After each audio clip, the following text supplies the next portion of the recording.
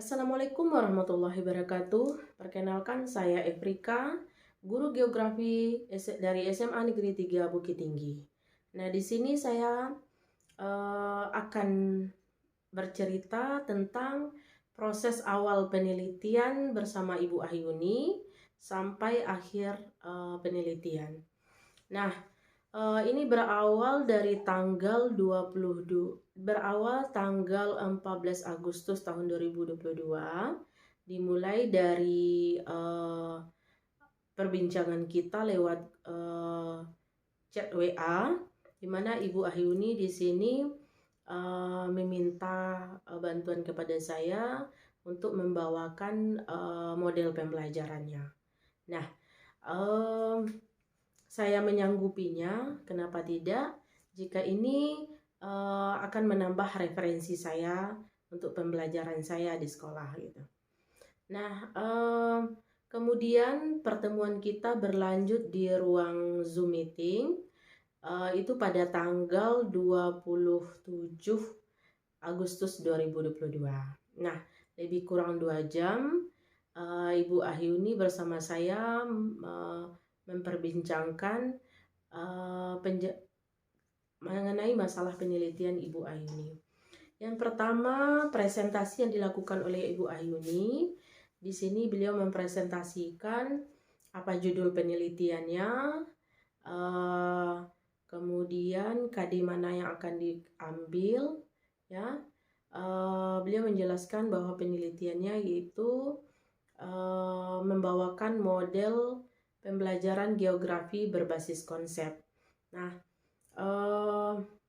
KD yang akan diambil yaitu KD 32 pada kelas 12 IPS, yaitu pola keruangan desa dan kota, dan interaksi desa dan kota, serta usaha pemerataan pembangunan desa dan kota.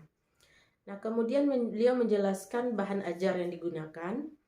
Adapun bahan ajar yang digunakan yaitu berupa buku guru, kemudian slide presentasi yang dibagikannya. Nah, di sini beliau menjelaskan bahan ajarnya. Saya coba untuk mempelajarinya. Ternyata saya cukup mudah untuk memahami karena di sini sudah jelas sudah begitu jelasnya runutnya. Ibu Ahyuni menjelaskan KD, kemudian indikator pembelajarannya, indikator pembelajaran yang sudah ditambahkan yaitu indikator pembelajaran berbasis konsep, kemudian langkah-langkah pembelajaran. Nah, kemudian Ibu Ahyuni juga memberikan slide PPT kepada saya dan beberapa peta, yaitu peta Provinsi Sumatera Barat dan peta beberapa kabupaten atau kota, yaitu peta Kabupaten Pasaman, peta Kabupaten Pasaman Barat, peta pesisir selatan, peta Kabupaten Solok Selatan. Nah, kemudian bagaimana cara menerapkan penelitian? Penelitian ini akan dilakukan pada kelas eksperimen. Jadi beliau menggunakan ada kelas kontrol dan kelas eksperimen. Kelas eksperimen yang saya gunakan di sini adalah kelas 12 IPS 2. Kemudian mengenai pretest kita lakukan pada awal bulan September, yaitu yang dilakukan pada 2 kelas, yaitu kelas kontrol dan kelas eksperimen. Hasilnya rata-rata nilai siswa berkisar 50 hingga 70-an. Kemudian tanggapan siswa cukup terkejut ya dengan melihat soal berupa analisis. Nah, mereka di sini menganalisis peta. Nah, sementara kelemahannya adalah mereka kurang bisa memahami bagaimana cara membaca peta. Nah, kemudian bahan yang diberikan pada kelas eksperimen yaitu seperti bahan ajar ya yang saya bagikan. kemudian slide presentasi, dan beberapa peta yang kita gunakan dalam kerja kelompok. Sementara pada kelas kontrol kita hanya menggunakan RPP yang saya susun, kemudian ditambah dengan bahan ajar yang saya miliki. Nah, kemudian bagaimana proses pembelajaran yang kita lakukan pada kelas eksperimen? Pada kelas eksperimen kita sama dengan kelas kontrol, itu ada 5 kali pertemuan. Nah, setiap pertemuan itu sudah dijelaskan apa saja indikator pembelajarannya. Kemudian pada kelas eksperimen ditambahkan dengan indikator pembelajaran berbasis konsep. Nah, jadi setiap pertemuan pertemuan pertama apa yang harus ditambahkan, pembelajaran berbasis konsep, kemudian pertemuan kedua, ketiga, keempat, dan kelima seperti itu. Adapun pada pertemuan pertama,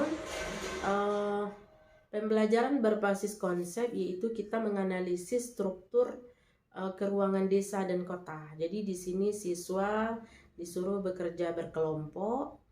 Mereka menganalisis bagaimana mencari titik-titik pada desa dan kemudian menghubungkannya dengan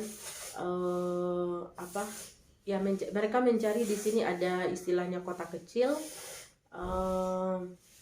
pusat desa, kota kecil, dan kota besar.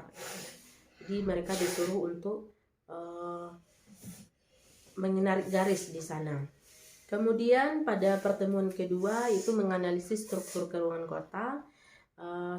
Hampir sama dengan tugas yang pertama. Pertemuan pertama itu yang dianalisis adalah sekarang itu antara kota yang satu dengan kota yang lain.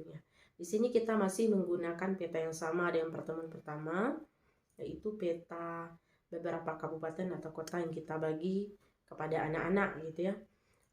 Kelompok Kabupaten Pasaman, kelompok Kabupaten Pasaman Barat, Solok Selatan, dan Pesisir Selatan. Nah, kemudian pada pertemuan ketiga kita menganalisis interaksi desa dan kota, yaitu dengan menggunakan peta Provinsi Sumatera Barat. Di sini anak ditugaskan bagaimana mencari wilayah-wilayah yang terjadi interaksi, baik itu interaksi arus barang dan jasa, interaksi berupa pelayanan. Kemudian mereka menarik garis dan menghubungkannya. Nah, selanjutnya pada pertemuan keempat, yaitu lanjutan dari pertemuan ketiga, mereka mencari dampak interaksi desa dan kota, yaitu dengan menganalisis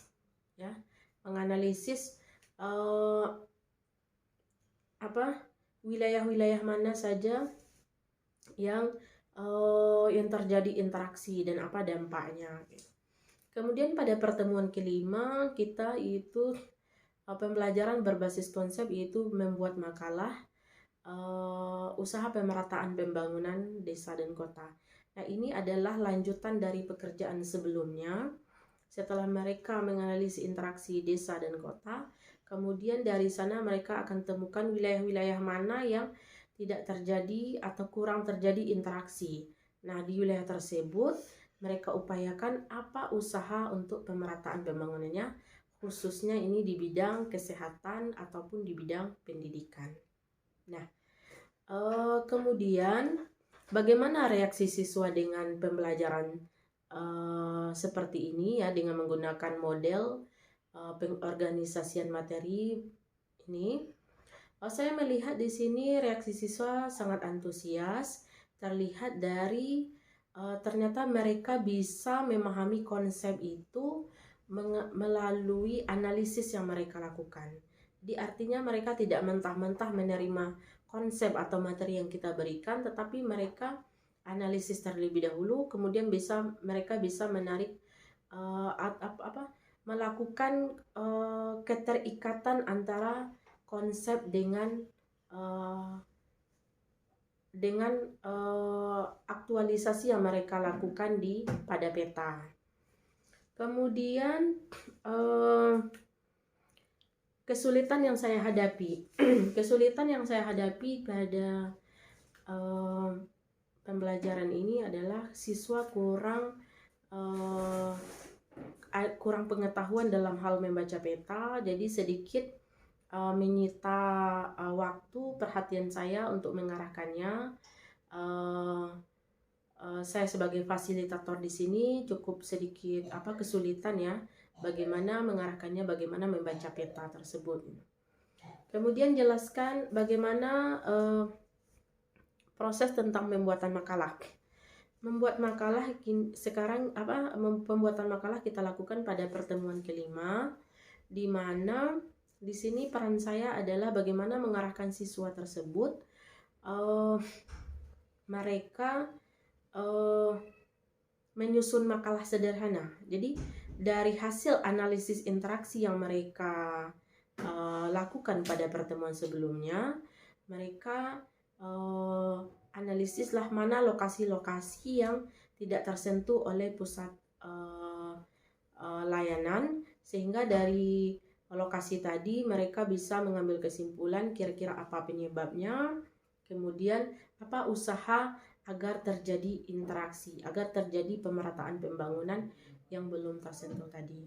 Nah, mereka kerjakan ini dalam kelompoknya. Kemudian saya di sini berfungsi mengarahkannya. Setelah mereka buat, saya cek terlebih dahulu apakah sudah sesuai dengan analisis yang mereka lakukan terlebih dahulu. Jika sudah sesuai, mereka lanjut kepada pengetikan. Kemudian selanjutnya kesimpulan. Kesimpulan yang saya ambil di sini adalah ternyata model pembelajaran pengorganisasian materi pembelajaran berbasis konsep ini ternyata cukup signifikan. Nah, signifikan hasilnya artinya terjadi peningkatan nilai siswa di sini. Mereka semakin memahami konsep materi itu, bisa mengaitkan keterkaitan konsep dengan materi, dengan analisis yang mereka lakukan. Kemudian saran saya agar kedepannya pengembangan bahan ajar ini, model CBOC ini bisa dikembangkan lebih lagi kepada materi atau KD-KD yang lainnya. Misalnya ada KD pengetahuan dasar geografi dan KD menganalisis persebaran flora dan fauna. Nah, mungkin itu yang bisa saya sampaikan.